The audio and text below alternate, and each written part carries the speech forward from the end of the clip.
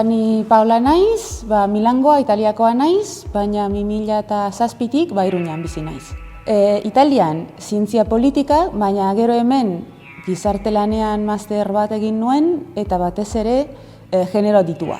Eta gero egin nuen doktoretza eta nire tesia indarkeria matxistari buruz izan da. Liburua gaztelaniaz da, orduan titulua La brecha orgasmika da, euskaraz arrakala orgasmikoa. Eta, paralelismo egiten da soldata arrakalarekin, ez da? Eta berez, konturatu nintzen, sistematikoki emakumeek gizonek baino probabilitate gutxiago ditugula orgasmoa izateko sexu harremanetan. Hori hainbat ikerketa erakusten dute. Baina garrantzitsuena da hori bakarrik emakume eta gizon heterosexualen artean existitzen dela. Gehi eta lesbianak konparatzen baditugu, arrakala hori desagertzen da. Eta hori oso garrantzitsua da gure analiziarentzat zergatik erakusten delako jatorria, kausa, arrazoia ez dela fisikoa, ez dela biologikoa. Hori izango balitz, arrakala berdina aurkituko genuke gizon eta emakume heterosexualen artean eta gizon eta emakume homosexualen artean. Hori gertatzen ez bada, arrazoia beste zerbait izan behar da. Zein da, genero ezberdintasuna, jendarte patriarkala, eta hori da liburuan aztertzen dena, azaltzen dena.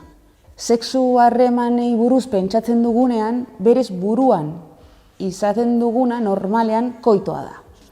Hori adierazteko gure sexualitatea, batez ere heterosexuala koitozentrikoa dela esaten da, ezta? Eta hori, berez, liburuan ongi azaltzen da hori, nahiko ezaugarri androzentrikoa da. Zein da androzentrismoa? Androzentrismoa da gizonen egoera, errealitatea begira da erdigunean jartzea eta emakumeena guztiz baztertzea. Eta hori bizitzako arlo guztietan gertatzen da, baita sexualitatean ere. Eta non ikusten da? Batez ere koitozentrismoan. Zergatik hori androzentrikoa da? Normalean, koito bitartez, gizonek lortzen dutela orgasmoa. Emakumeek ez.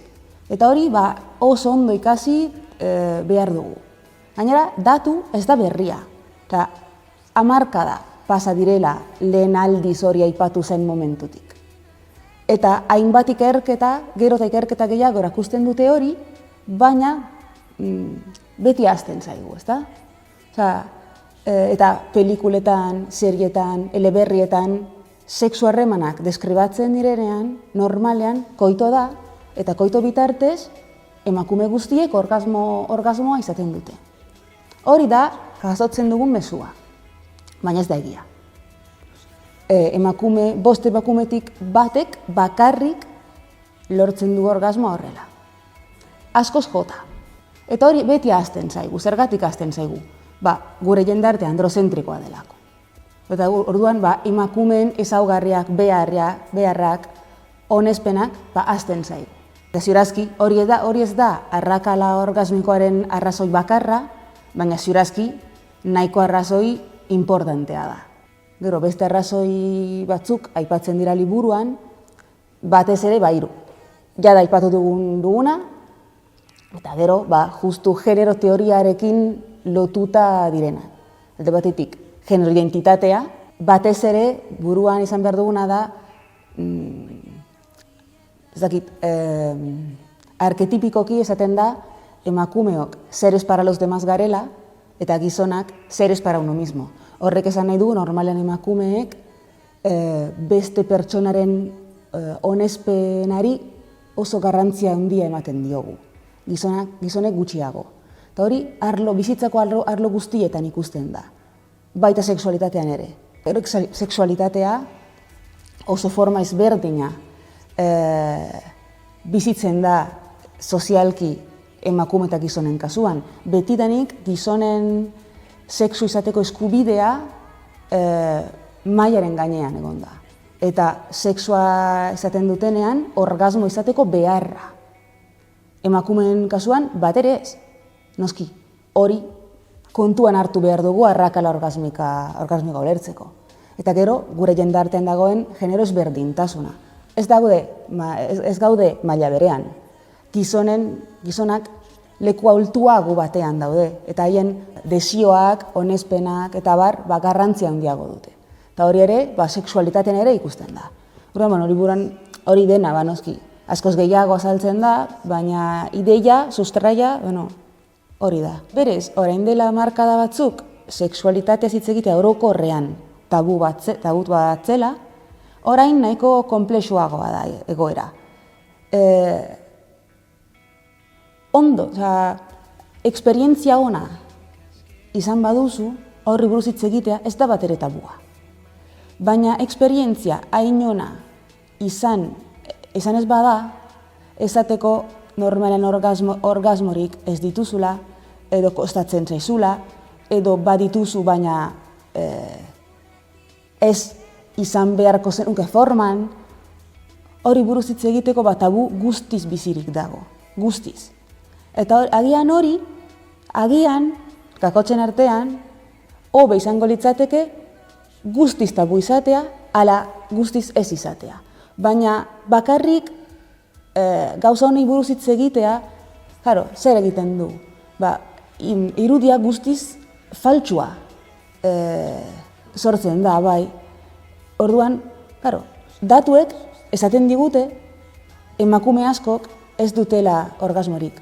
Datuek adibidez esaten dute 133 bakarrik izaten duela orgasmoak beti. Horrek esan nahi du 3 emakumetik 2 ez dituztela beti izaten. Hori datuek esaten dute eta oso fidegarriak dira gainera datu horiek. Baina ez da dugun sentsazioa, inork ez duelako hori esaten. Zergatik, berez gure jendartea arrakastaren jendartea da. Arrakasta izatea inoiz ez du gaur egun duen garrantzirik izan. Eta horregatik nik uste dut hain garrantzitsua dela gai honi buruz hitz egitea, hitzaldiak ematea, eta bidetan agertzea, liburuak argitaratzea, diskurtso publikoa behar dugulako. Diskurtso publikorik ez badago, egoera ezin da aldatu. Nola, zergatik aldatu beharko litzateke, ezta? Hau ez da libro de ayuda, baina nik uste dut oso lagungarria esan daitekela ulertzeko gertatzen zaizuna ez dela zure errua, gainera emakumeak normalean errudun sentitzeko erraztasuna handia dugu, ezta? Ez da zure errua, zu ez zara gaizki eginda, ez gaizki egina, arazoa ez dagoela zure gorputzan, jendartean baizik, eta jendartean sortzen bada alda daitekela esan nahi du, ezta? Orduan, alde batetik emakumei. Batez ere, bere gorputzarekin eta bere esperientziekin hobeto sentitzeko. Agian, haserretuta, gertatu denarekin. Baina ez triste, ez pentsatzen zure errua izan denik. Berez, nik uste dut, egoera hau, konparaketa bat egin daitekela indarkeria matxistarekin, ezta? Indarkeria matxista dugun buruan, beti pentsatzen dugu normalean, emakumen arazoa dela. Eta Luis Boninok, esaten digu, berez, arazoa, ez dela emakumen arazoa. Arazoa gizonena da. Gero, emakumeek sufritzen duten ondorioak, baina arazoa gizonena da. Kasu honetan, parte handi batean arazoa ez dela emakumenena, baizik eta gizonena. Orduan, zalantzari gabe irakurri beharko lukete. Eta batez ere gazteei. Nik hainbat hitzaldi eman ditut gai honi buruz, eta orokorrean jendea interesa du, ezta? Eta nerabe batzuk daudenean, nik ikusten da interesa handiago dagoela. Eta berez, zure izan dituzun esperientzia gutxiago dira.